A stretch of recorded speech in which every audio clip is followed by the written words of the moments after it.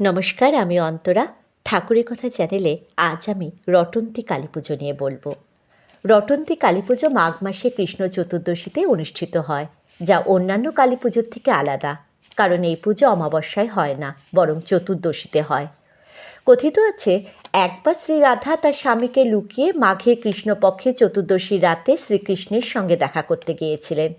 এদিকে তার দুই ননদিনী জটিলা ও কুটিলা ব্যাপারটি দেখে ফেলেন। তারা তাদের দাদাকে সমস্ত ঘটনাটি জানান। এই কথা শুনে একেবারেই বিশ্বাস করেনি রাধার স্বামী আয়ান ঘোষ। তিনি তখন স্বচক্ষে দেখার জন্য বের হন। আয়ান ঘোষ ছিলেন শক্তির উপাসক, কালীর পূজারী। আয়ান ঘোষ কুঞ্জবনে গিয়ে দেখলেন দেবী কালীর পদতলে সেবা করছেন শ্রী রাধিকা। এই দেখে তিনি আবেগে আপ্লুত হয়ে যান। এই ঘটনা দ্বারা বোঝা যায় কৃষ্ণ ও কালীতে কোনো ভেদ নেই। মাঘ মাসের চতুর্দশী তিথিতে কালীর দর্শন পাওয়ায় ঘটনাটি রটে যায় এবং এরপর থেকেই এই দিনে একত্রে কৃষ্ণ ও কালী পুজো করা হয়।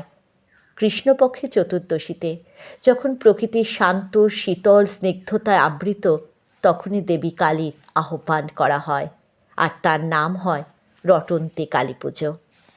একথাও কথিত আছে, এই বিশেষ দিনে দেবীর মহিমা চতুর্দিকে রটে যায়। মুক্তকেশী মায়ের মহিমা এই তিথিতে সর্বস্তরে রটিত হয়ে থাকে। দক্ষিণেশ্বরে কালী মন্দিরেও রটন্তী কালী পুজো হয়। রামকৃষ্ণ পরমহংসদেব বলেছিলেন, রটন্তী কালী পুজোর দিন দক্ষিণেশ্বরে গঙ্গায় স্বর্গ থেকে দেবতারা স্নান করতে নেমে আসতে ঠাকুর দেখেছিলেন।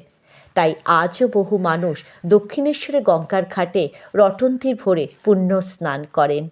দক্ষিণেশ্বরের মন্দিরেও একই সঙ্গে মা ভবতারিণী, রাধাকৃষ্ণ, মহাদেবের পুজো করা হয়। নমস্কার।